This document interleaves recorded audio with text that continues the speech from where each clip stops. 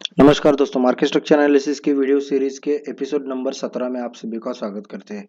तो चलिए देखते हैं। सबसे पहले निफ्टी का अपने रेगुलर अपडेट्स पे ध्यान देते हैं। उसके बाद कल के सेशन यानी 29 अगस्त 2023 के लिए ट्रेड प्लान करेंगे। तो सबसे पहले आपके सामने है निफ्टी का 15 मिनट का चार्ट। तो देखिए, आज के मार्केट ने वीक की शुरुआत शानदार कर दी है। तीनों इंडेक्स ने एक अच्छी खासी ट्रेंडिंग रैली दे दी हमें, और तीनों इंडेक्स में हमें एक एक ट्रेड करने को आज अपॉर्चुनिटी मिल गई। तो सबसे पहले देखते हैं निफ्टी ने हमें किस तरीके से मौका दे दिया। अभी निफ्टी का चार्ट देखिए। निफ्टी का चार्ट में हमने क्या तय किया था कि निफ्टी में 19,330 से लेके 19,310, ये 15-20 पॉइंट का हमारे लिए सप्लाई जोन रहेगा। अगर वहां पे कुछ नेगेटिव बन जाता तो हम ट्रेड करने वाले थे सेल की तरफ। लेकिन क्या हो गया, मार्केट में इतना बाइंग फोर्स था, उसने ये सप्लाई जोन एक झटके में ब्रेक कर दिया। और जैसे ही इस सप्लाई जोन को रिटेस्ट करने को आ गया यहाँ पे, और रिटेस्ट पे उसने क्या कर दिया, यहाँ पे एक डबल बॉटम का पैटर्न कर दिया अपने सप्लाई जोन पे। दरअसल क्या होता है कि जब भी कोई रेजिस्टेंस ब्रेक होता है तो वो ब्रेक होने के बाद रेजिस्टेंस सपोर्ट का काम करता है। ठीक उसी प्रकार अगर कोई सप्लाई जोन या डिमांड जोन ब्रेक हो जाता है एक झटके में, तो वो आगे चल के आपको सप्लाई जोन डिमांड जोन का काम करता रहेगा, और डिमांड जोन ब्रेक होता है तो वो सप्लाई जोन का काम करता रहेगा। ठीक उसी प्रकार हमारा सप्लाई जोन ब्रेक होके वो डिमांड जोन बना, और उसी डिमांड जोन पे इसने डबल बॉटम का पैटर्न कर दिया। और उसकी नेकलाइन थी 19,346 के ऊपर। जैसे ही वहां से सस्टेन हुआ, हमें एक ट्रेंडिंग मूव मिल गया 25-30 पॉइंट का, एक अच्छी खासी रैली मिल गई। और इंट्राडे ट्रेडर के लिए वो रैली अच्छी खासी मानी जाती है। अब देखते हैं कि कल के लिए निफ्टी का हमें क्या प्लान करना पड़ेगा, किस तरीके से ट्रेड लोकेशंस पे हमें ध्यान देना होगा। अभी चलते हैं निफ्टी के 15 मिनट के चार्ट पे। अब देखिए, निफ्टी ने आज का रेजिस्टेंस कहाँ पे बनाया। एक ध्यान देने वाली बात है कि जहां से परसों फ्राइडे पे गैप डाउन हो चुका था निफ्टी, और उसी जोन पे जाके फिर से टकराया।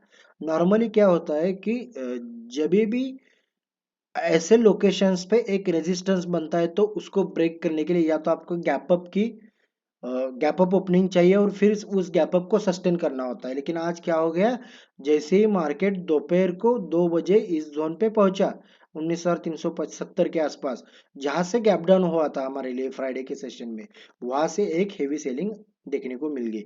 तो आगे के सेशन के लिए क्या रहेगा, जब तक ये वाला जोन ब्रेक नहीं होता हमारे लिए, तब तक ये वाला जोन 370 से लेके 340 या 360 से लेके 380 385, ये वाला जोन पकड़ लो। तब तक के लिए ये वाला जोन हमारे लिए सप्लाई का काम करता रहेगा। जब जब इस जोन में जाएगा मार्केट, तब तक एक अच्छी खासी सेलिंग हमें देखने को मिल सकती है। और नीचे की तरफ क्या रहेगा, नीचे की तरफ हमारा जोन है जो परसों मार्केट ने बॉटम बनाया था 19,250 से लेके 19,220 225, ये वाला जोन। अभी ये वाला जोन आपके लिए क्या करेगा, सप्लाई डिमांड जोन का काम करता रहेगा आगे के 1-2 सेशंस के लिए। जब तक इस जोन के बीच में निफ्टी है, तो रैंडम आपके लिए अपसाइड और रैंडम डाउनसाइड आती रहेगी। इस जोन के बीच में आप ट्रेड करोगे तो फंस जाओगे। आपको एक अच्छा खासा ट्रेंडिंग मूव नहीं मिल सकता है, आप बीच में ट्रैप हो सकते हो अगर इस जोन के बीच में ट्रेड करते हो। तो ये रहा निफ्टी का। अब चलते हैं कि बैंक निफ्टी के लिए हमने किस तरीके से मौके मिले। देखिए, निफ्टी बैंक निफ्टी और फिन निफ्टी के चार्ट सेम बने आज के दिन में। देखिए, अभी बैंक निफ्टी का सप्लाई जोन क्या हमने ड्रॉ किया था, 44,300 से लेके 44,360-70, और उसने कैसे मौका दे दिया। देखिए, एक झटके में उस सप्लाई जोन को ब्रेक कर दिया, फिर उसको रिटेस्ट करने को आया, डबल बॉटम बना दिया, और जैसे फिर से 44,450 का जोन ब्रेक कर दिया लेवल, और उसके बाद एक 44,610 तक की एक अच्छी खासी 160 पॉइंट की रैली हमें देखने को मिल गई। और जो भी इंट्राडे ट्रेडर है, बैंक निफ्टी में 120 100 के ऊपर कोई भी रैली आप कैप्चर कर सके तो एक अच्छा खासा ट्रेड माना जाता है। तो बैंक निफ्टी ने कैसे मौका दे दिया मैंने आपको बता दिया। अब देखते हैं कि कल के सेशन के लिए बैंक निफ्टी को हमें किस तरीके से प्लान करना होगा। तो अभी बैंक निफ्टी का चार्ट ऐसे बना है कि हमारा जो सप्लाई जोन था वो 44,300 से लेके 44,350 360। अभी आगे चल के आपके लिए वो जोन अभी डिमांड जोन का काम करेगा। अगर फिर से कोई करेक्शन या प्रॉफिट बुकिंग आती है और इस जोन में हमें मौका मिल जाता है, तो क्या करेंगे, एक अच्छा खासा बाइंग का ट्रेड बना सकते हैं ऊपर की तरफ। और ऊपर अब देखिए किस तरीके से मौके बन रहे। ऊपर का जोन हमें अभी काफी ऊपर लग रहा है, मतलब ज्यादा डिफरेंस लग रहा है प्राइसेस में। ये वाला जोन अभी प्राइस में यहाँ से 400 पॉइंट और डिमांड जोन से 500 पॉइंट की ऊपर के जोन हमें सप्लाई जोन की तरह लेना है। अगर समझो कोई भी मार्केट आवर्स में पहले 10-15 मिनट में आज के हाई को ब्रेक करता है तो एक स्कैल्पर्स अपने लिए बाइंग का मोमेंटम ट्रेड बना सकते हैं इस जोन पे, मतलब 44,610-15 के ऊपर बैंक निफ्टी सस्टेन हो जाती है तो स्कैल्पर के लिए अच्छा मौका रहेगा ऊपर की तरफ ट्रेड करने के लिए।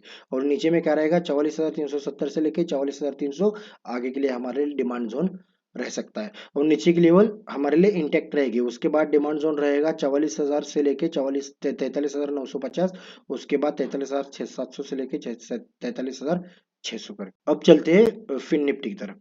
फिन निफ्टी में हमें किस तरीके से लेवल्स देखने को मिल गए। अभी फिन निफ्टी का चार्ट बैंक निफ्टी की तरह बन गया था।